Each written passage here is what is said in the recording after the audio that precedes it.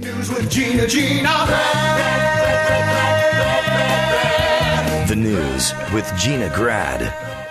Lot going on today. Bill Cosby's lawyers were in Pennsylvania's Supreme Court asking the judge to throw out the 83-year-old sex assault conviction. Lawyers for Cosby, who's more than 2 years into his sentence, doesn't feel like it's been that long, for drugging and molesting a woman, believe that there was certain evidence and testimony in the 2018 trial that the judge should not have allowed, including testimony from 5 other accusers. Arguments in court streamed live on YouTube. I watched it. It was pretty boring and a little choppy, but I thought that was interesting. And it's probably what Brian's laughing at, but it's not like, wait, we didn't get to talk about this thing that would have exonerated him. They just didn't like that they said too much. Right. Yeah, there's a lot of that. It's sad. I mean, it's like I'm always kind of torn because on one hand, like you want a system. On the other hand, when Nicole Brown Simpson is calling 911 screaming, he's going to kill me a month before we find her with her head chopped off, and they go, that's inadmissible. I go, I don't know. Feels material. Feels like I feel colored by it. I feel as if that would inform me. By the same token, if you can present me with a home video of these two canoodling in the corner watching their kids' basketball game a week earlier, that would also affect me in a different way. Sure. You know what I mean? Yeah. Well, this seems like it's got to be, just a Hail Mary to appease him because nobody's going anywhere. I can't imagine he's going anywhere. And also, it's it's an interesting time we're living in, which is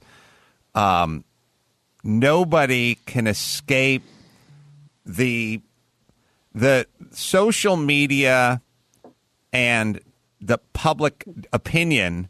It's like the fog. It's everywhere. It goes under all the doors. It gets into every window. Like it comes down the chimney. Like it cannot be escaped. Mm-hmm. And if you're a judge or if you're Anthony Fauci, it's going to get to you. And so you think about a job. Like you think about, I can't remember what it is. It's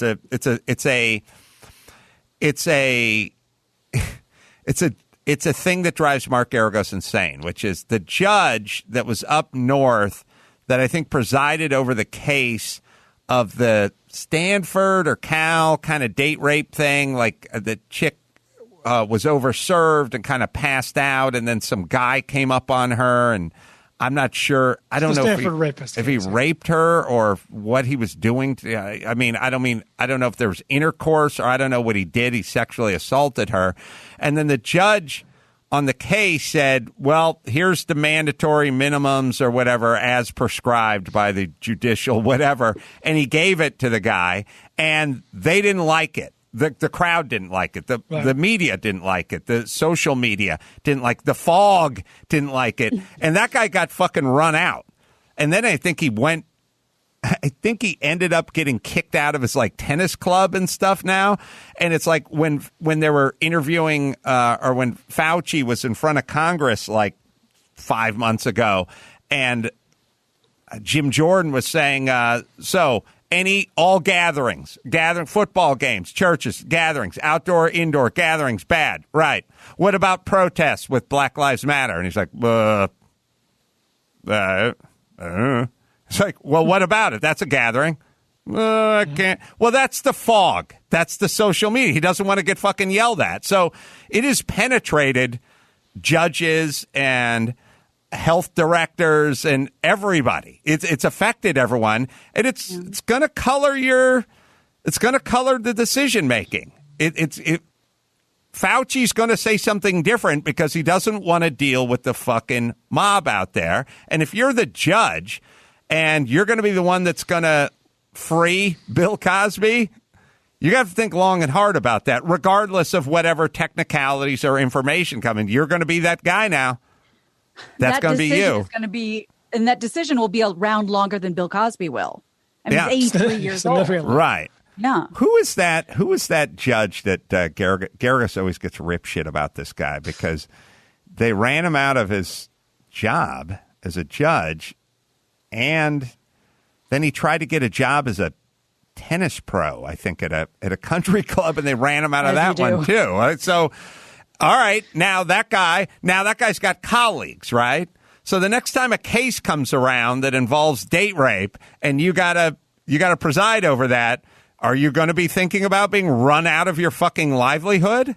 I'd say you're going to factor it in. Yeah. Well, that's an interesting place, right? That's a little bit of a new world for us. Gina, you have a boxing story? I do, and it is a weird one. And today's weird sports story is brought to you by Lids. Visit lidsloyal.com/Adam for your 25% off coupon on your next in-store purchase. So there's a crazy Russian boxing story. A 139-pound female mixed martial artist, her name is Darina Madyuk, got into the octagon with a 529-pound man named Grigory Chistyakov and knocked him. Is he some guy or is he a sumo wrestler? You're going to have to see for yourself. Okay. Knocked him out in 90 seconds. There was some controversy even surrounding the fact that these two were in the octagon together. Very bizarre. So here's a clip of the end of the fight. This is after the man had Darina in a headlock for over 40 seconds. So I skipped that part, and this is basically when they break up and she starts wailing on him. Даже непонятно, как называть их. Наверное, да, правильно будет все-таки говорить бойцов из уважения. К Дарине Маздюк, очень отчаянная девушка. Ой, пропускает голову, Гришу полное добивание в партере. Близко к финишу, Дарина! От того, чтобы выиграть этот исторический бой. Рефери не торопится останавливать, потому что огромные плечи. Стучит сам Гриша. Остановка боя. Теоретический нокаут в этом странном. I got to beat off. That's one of those guys that once you get on the ground, it's pretty much over. He's not getting back up. I think if he gets on the ground on a tile floor in his entry hall, it's pretty much over. That's what I meant, just on the ground anywhere. Yeah, if he's not wearing one of those medic alert necklaces, that guy ends up on the ground. He ain't moving. That's that. That's a lot of dude. Yeah, and it was pretty funny to see him sort of walk her around in a headlock for a while, but it went on for so long, I just figured we'd show you the end of the fight. But he had her in a pretty good headlock against the cage. Was that in Russia, you were saying? It was. I always, and even there, people were disturbed that they let this woman fight this man. It's kind of weird in Russia, like with events like this. Like, what year is it? Is this the future or is this the past? Where are we? I could make an argument for the past and the future. Correct. It's like Star Wars. Yeah, if you're like, is it the future or is it the past? If you're making, long time ago. This would be the event that was taking place in the background of some Blade Runner Part 7 movie. Yes. This would be the sporting event. You know, it's never 100%. It's never Canadian football. You can visit lidsloyal.com/Adam for your 25% off coupon on your next in-store purchase. All right, what else we got, Gina Grant? Laverne Cox, you probably know her best from starring in Orange is the New Black, says she and a friend were attacked in a park near her Los Angeles home. This is Griffith Park for you locals. And that the assault was an anti-transgender hate crime. She says... Is it a Jussie Smollett situation? I was waiting. I was wondering what the over-under was on somebody saying that because... Listen up. I don't know anything about it, but when I hear attacked, I no longer think attacked anymore. Well, in this case, she does claim it got physical, but that's all we know. Well, we don't. Physical. There's no footage. I mean, see, this is kind of our problem with changing all the verbiage all the time. Like, if you were attacked in a park, you were attacked in a park. Like when throwing punches, right? And somebody has going to have a black eye and like a split open lip and a torn blouse or whatever. But let's figure it out. Well, this is where things may get hinky again. I don't know. This is I'm just reporting what she said. So she was in Griffith with a friend, and she says, we passed this guy, and the guy very aggressively asked for the time. He then asked my friend, guy or girl, because I guess it was not obvious, gender-wise who she was with. The unnamed friend cursed at the man who began throwing punches, but fled when the actress called 911, but she hung up. That's what she said in her video anyway. So she has an 11-minute video about this. Here's just a very short clip that she posted on Instagram. The guy aggressively asked for the time? and then started throwing punches. You got the time, motherfucker?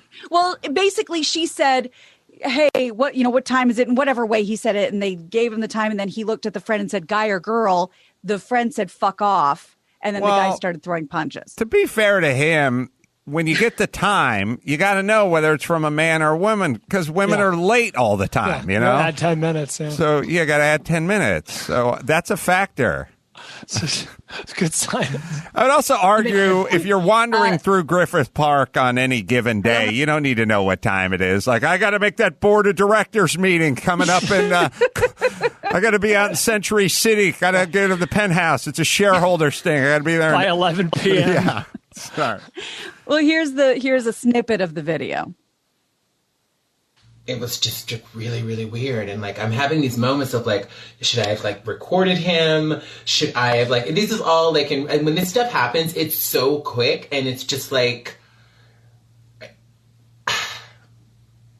wow. But I'm safe. My friend is fine. The guy, like, you know. Well, hold on a second. If you're safe and your friend is fine, why are we watching this fucking video? Why did you make a video? You're safe. Your friend is fine. You encounter a weird dude in a park. Why is Laverne Cox transgender?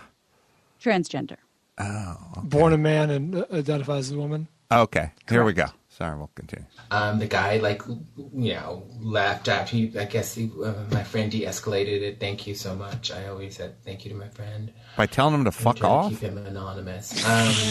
My goodness gracious. Wow. It's not safe. His friend would be a horrible hostage negotiator. Slit the kid's throat. I'm hungry. But he's stuck in there. He's crying. All right.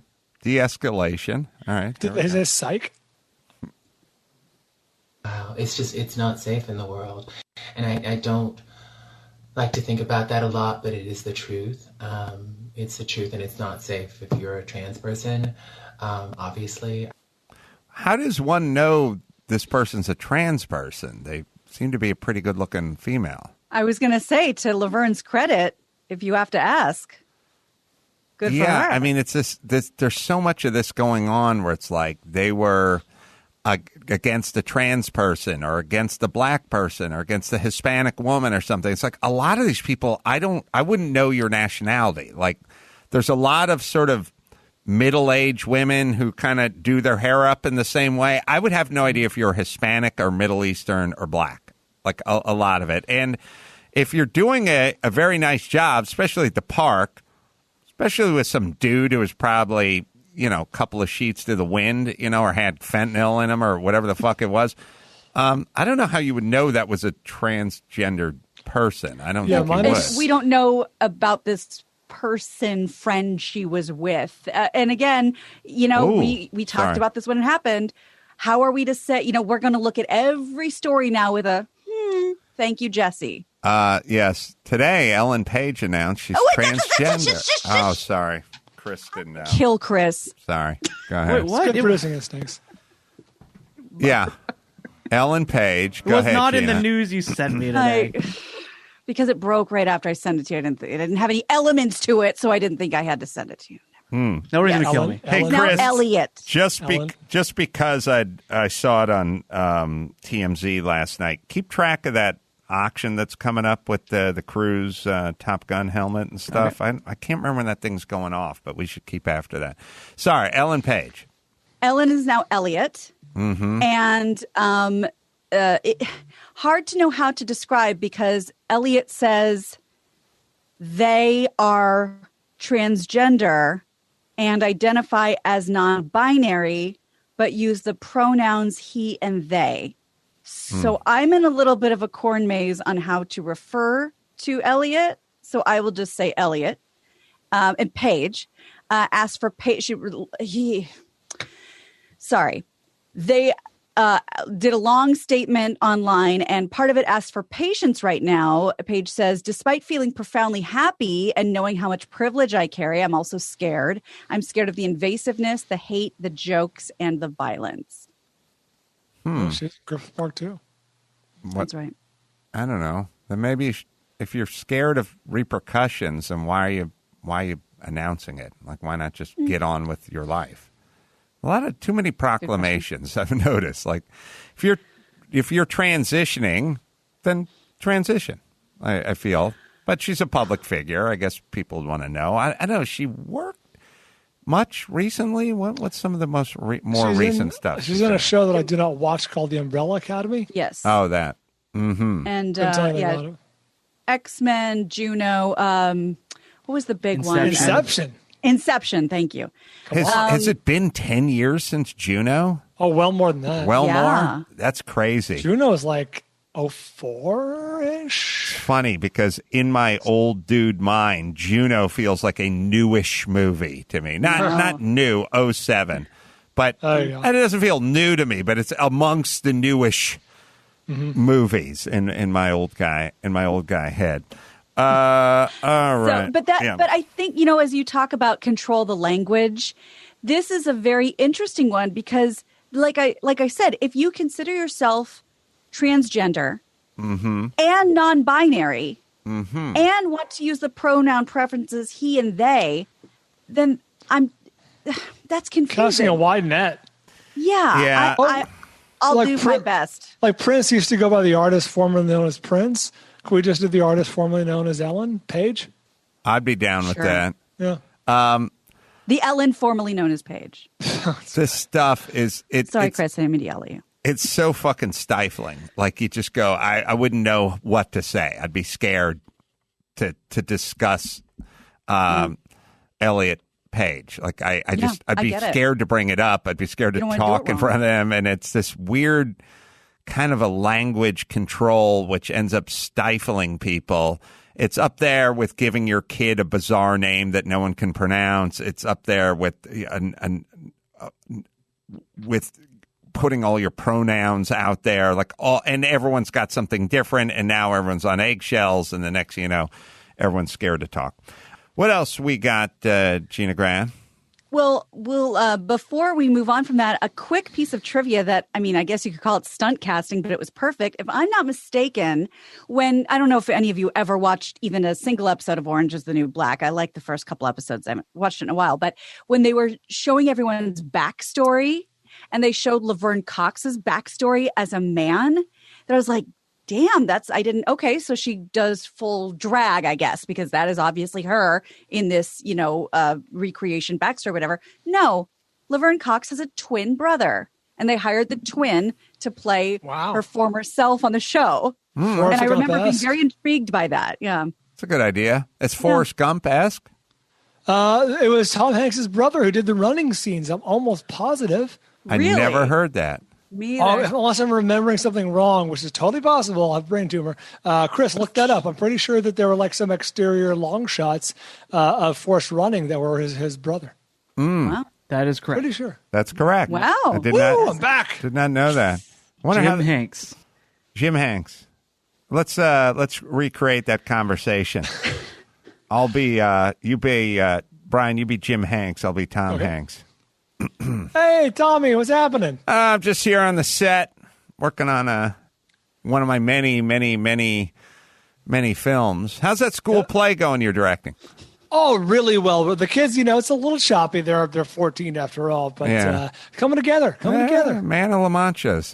That's a handful for a 14-year-old, I got to tell you. It's a lot, but these are good. These are smart kids. Yeah, sorry I couldn't have come out there, and I know you wanted me to come out there and kind of give them a pep talk before opening night, but Rita had, Clooney wanted to come by, and we had a couple of those Hornitos.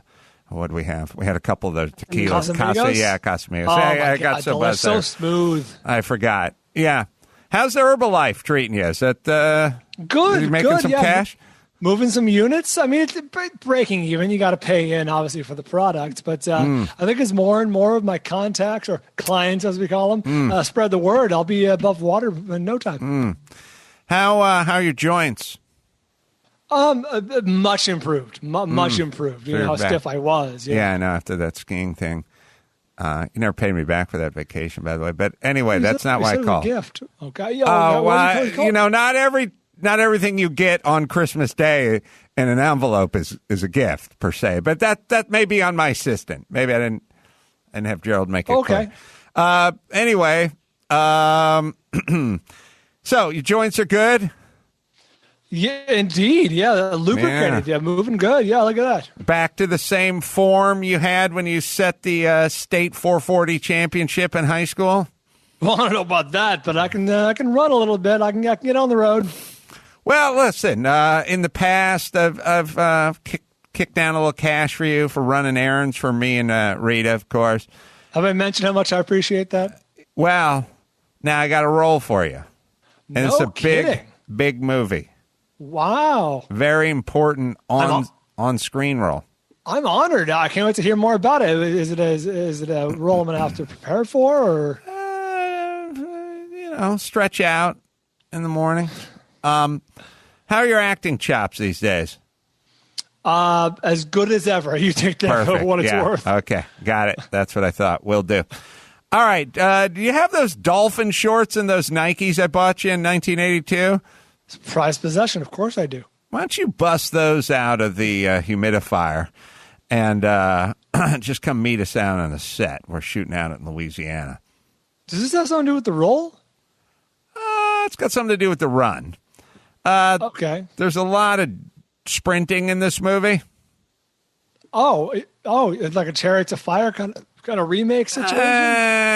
It's more running from bullies, running to get to your girlfriend who's riddled with AIDS, running from your past, running to a shrimp boat. So it's a lot of running. It's a lot of metaphors going on here. Is this going to be shown on screen? Or it's going to be a big movie.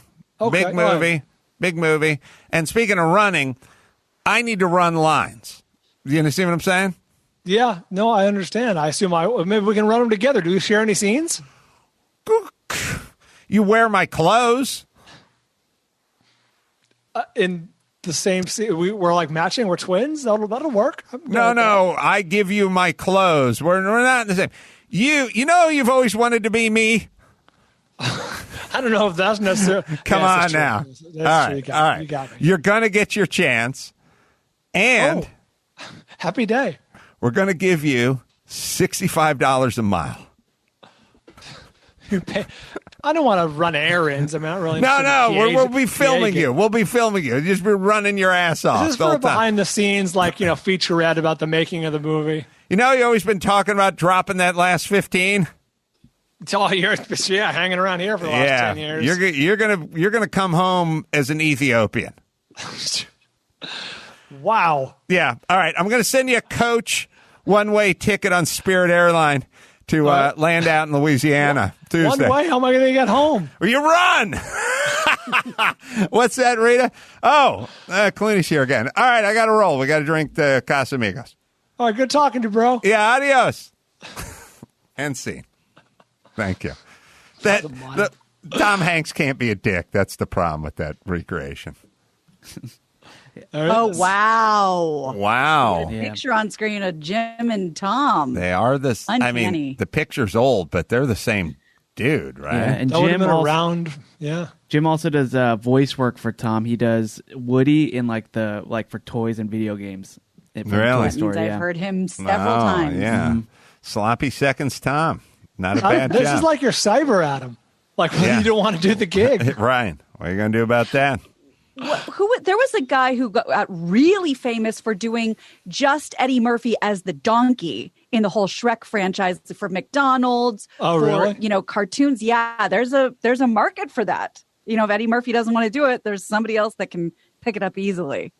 That makes sense. All right, let's do one more, Gina Grant. All right. Well, you don't want to come between a man and his Thanksgiving leftovers, and you certainly don't want to do it without a fork, because a Chicago man has been charged with murder after a fatal fight that began when he began digging his hands into the Thanksgiving leftovers, according to authorities. Fox News reports that 28-year-old James Dixon is charged with killing his 52-year-old baby doll. Vincel Jackson, who was the boyfriend of the Thanksgiving party host. Jackson was trying to escort Dixon out of the house because he put his hands in the leftovers on Friday. The fight moved to the porch, where Jackson was stabbed at least 9 times. Definitely not a Jew. Yeah. 9 times. 9 times. 9 times. Dixon fled but was caught with a blood-covered knife. Oh, he had the smoking gun in his hand? Yeah, the turkey knife. Throw it. Defense attorney Patrick Ryan said Dixon was properly defending himself. A judge set bond at $350,000. Here's what I know about eating leftovers with your hands. You have to be drunk. That is eating food with your hands is a drunken move, and eating leftovers, like when you're reaching, we've all done it. You got the good buzz going. You go, fuck, I'm just getting a handful of congealed stuffing in here. Yeah. Indeed. Eating with your hands is a drunken move. So I can tell you alcohol was a big part of that skirmish. Oh, is that how the fight moved onto the porch and then somebody got stabbed 9 times? Whenever something moves onto the porch, it always involves booze as well. Especially You know sex. what I really... Yes. This is going to be disgusting, but I'm going to say it anyway. You know what I really miss eating with my hands because I don't eat it anymore? I miss the next day or 2 days after the container of cold spaghetti and pinching a couple strands and just lowering them into your mouth. I miss eating spaghetti with my hands. All right. That was the best move. Let's bring it home, Gina Grad. You got it. I'm Gina Grad, and that's the news. Gina. That was the news with Gina Grad.